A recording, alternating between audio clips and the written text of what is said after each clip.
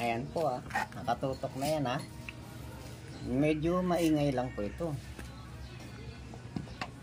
Maiingayan kayo ng saglit. Pero hindi ko tatapusin ng ganitong maingay. Papakita ko lang sa inyo yung umpisa. At para mamaya po ay makita nyo na lang yung resulta.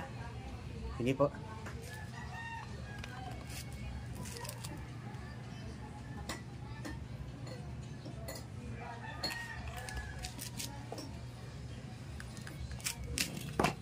Tandayin natin yung motor.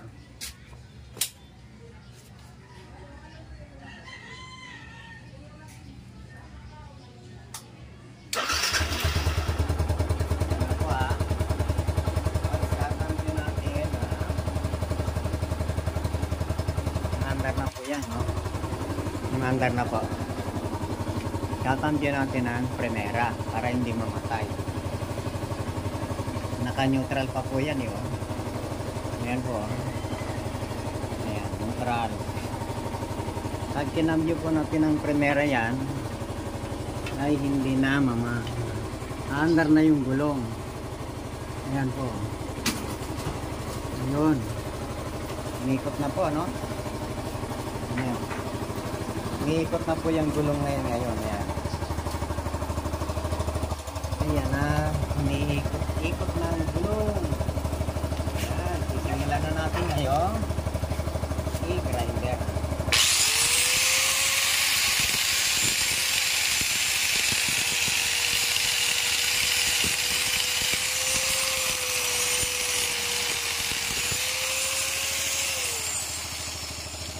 Ayan po. Nag-iba ang kulay. Nag-iba ang kulay ng gulong na umiikot. Ayan Diyan yung mga powder. Ang dami po. Ayan. Ibig sabihin niya, nagasgas yung goma. Yung makinis na pagkagasgas ng goma. Ayan. Ulit pa po sa kabila. Ayan.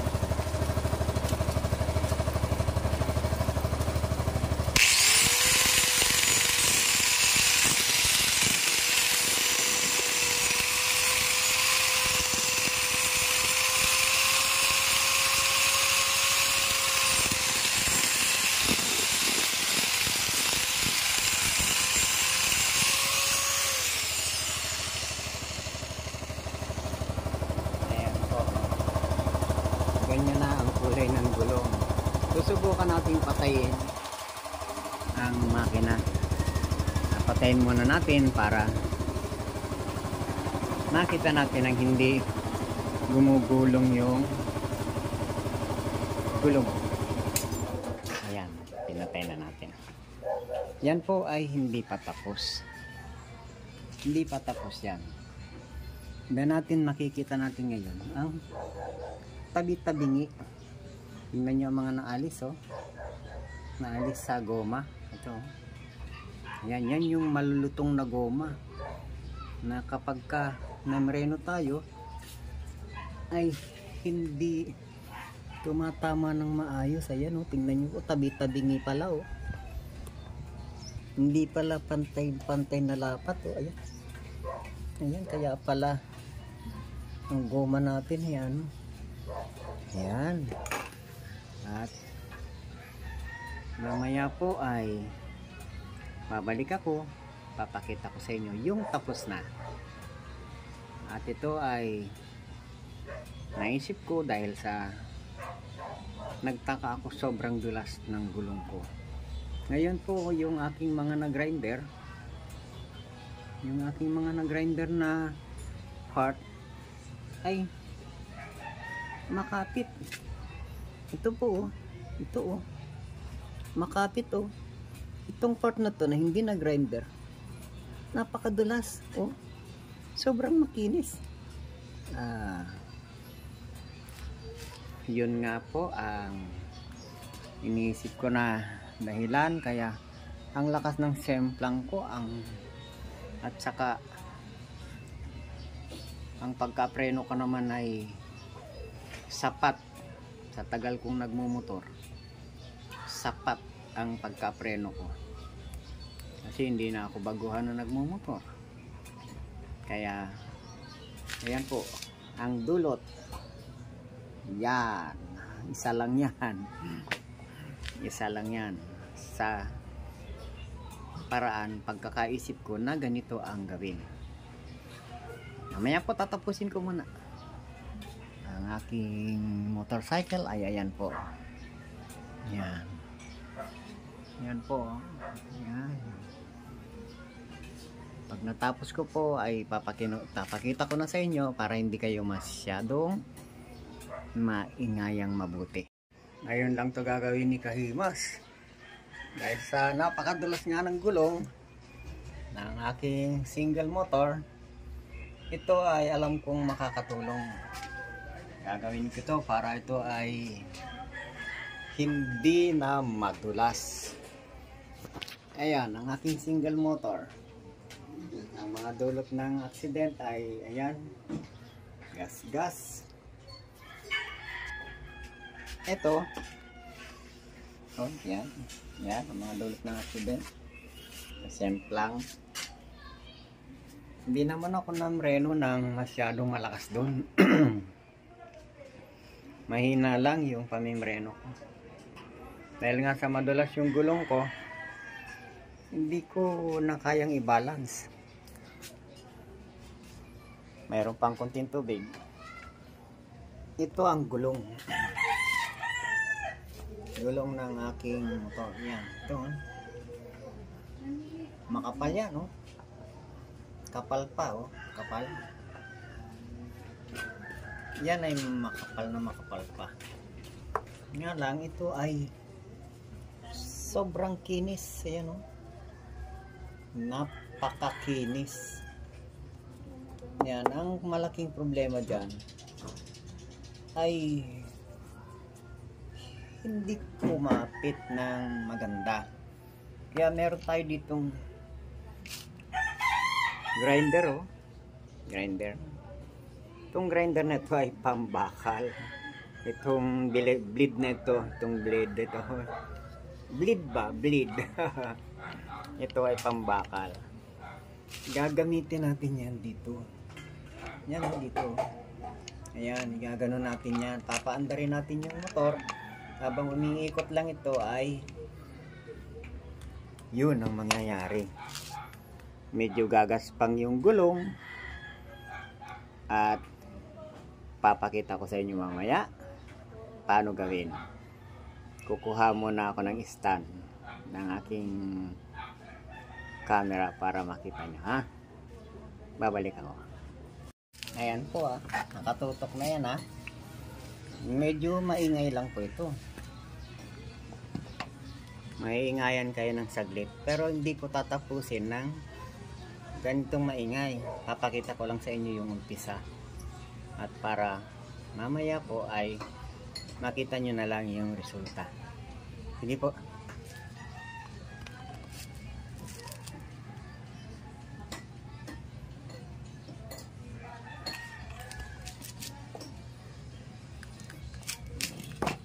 Tandayin natin yung motor.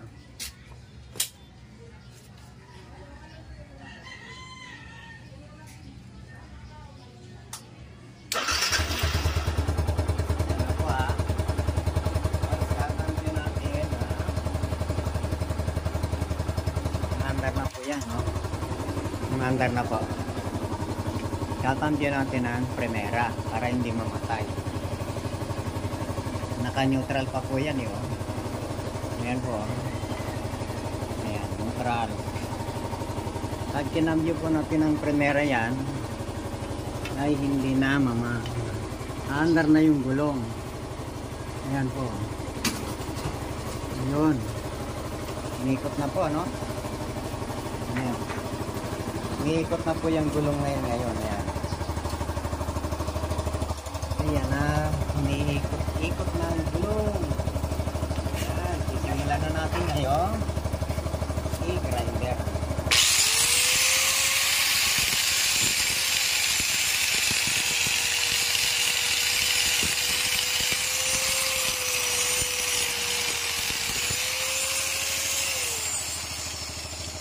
Ayan po. Nag-iba ang kulay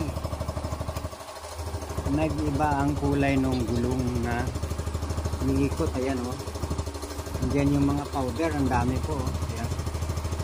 Ibig sabihin niya, nagasgas yung goma, yung makinis na pagkagasgas ng goma. Ayan. Ulit pa po sa kabila. Ayan.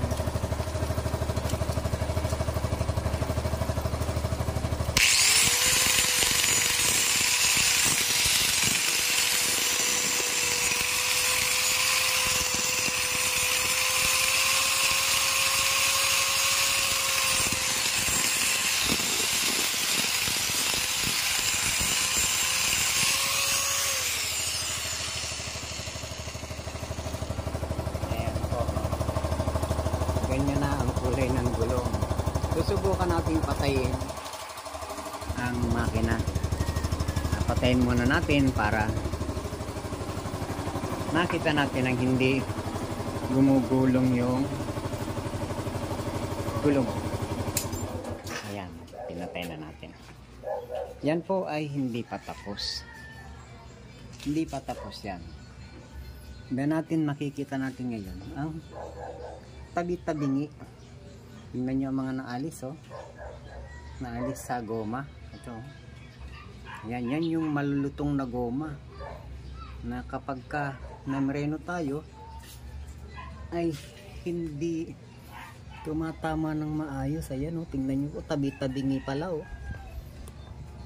Hindi pala pantay-pantay na lapat, oh. Ayan. Ayan, kaya pala ang goma natin, yan. Yan. At mamaya po ay babalik ako, papakita ko sa inyo yung tapos na. At ito ay naisip ko dahil sa nagtaka ako, sobrang dulas ng gulong ko. Ngayon po yung aking mga na-grinder, na part ay makapit. Ito po, oh. Ito, oh. Makapit, oh. Itong part na to na hindi na grinder, napakadulas, oh. Sobrang makinis. Yun nga po ang iniisip ko na dahilan kaya ang lakas ng semplang ko at saka ang pagkapreno ko naman ay sapat. Sa tagal kong nagmumotor, sapat ang pagkapreno ko kasi hindi na ako baguhan na nagmumotor. Kaya ayan po ang dulot. Yan, isa lang yan sa paraan pagkakaisip ko na ganito ang gawin. Mamaya po tatapusin ko muna ang aking motorcycle. Ay ayan po, yan, yan po, yan. Pag natapos ko po ay papakita ko na sa inyo para hindi kayo masyadong maingayang mabuti. Mga kahimas, ipapakita ko sa inyo yung pinrinder ko ng gumugulong. Umiikot yung gulong pala, umiikot. Kung makikita ninyo, ayan. Dahil mayroon na rin akong sinimulan dun sa hindi umiikot yung gulong. Kasi nakita ko na hindi tinatamaan lahat. Pinaka goma. Ito, makita ko niyo. Ito ang ginawa ko ng una. Taglit lang po, taglit lang po.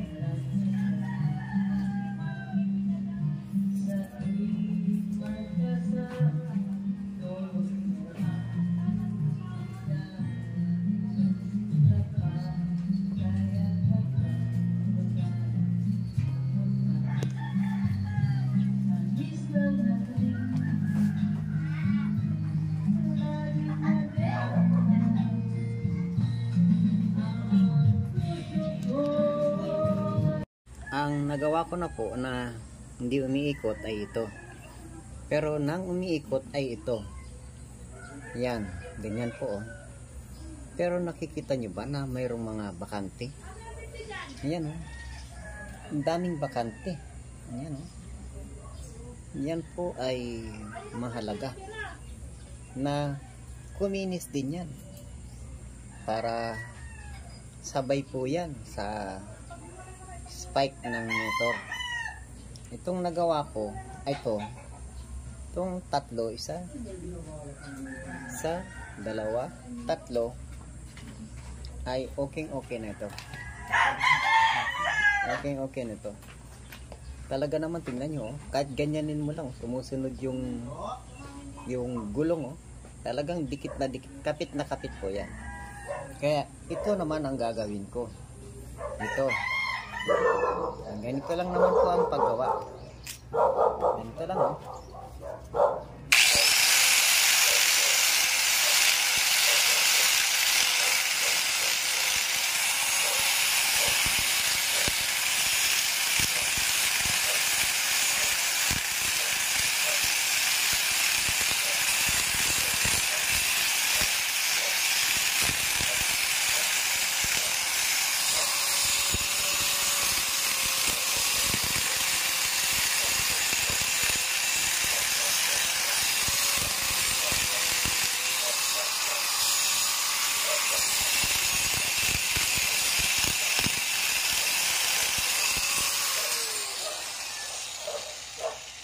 Ayan po, ang ganda. Ganda. Ngayon ko lang po ito natuklasan. Dapat pala, lalo na sa pag naglo-long ride, ay magawa ito ng isang rider. Huwag na kayo nang hinayang doon sa mangyayari. Dahil sa meron pong magsising along. Ayan po, ay ikakat ko po muna ito. At mamaya po ay sige po, mag-outro na tayo. Pero maingay po. Mamaya na lang po. Maraming tumatawag na aso. Mamaya po ha.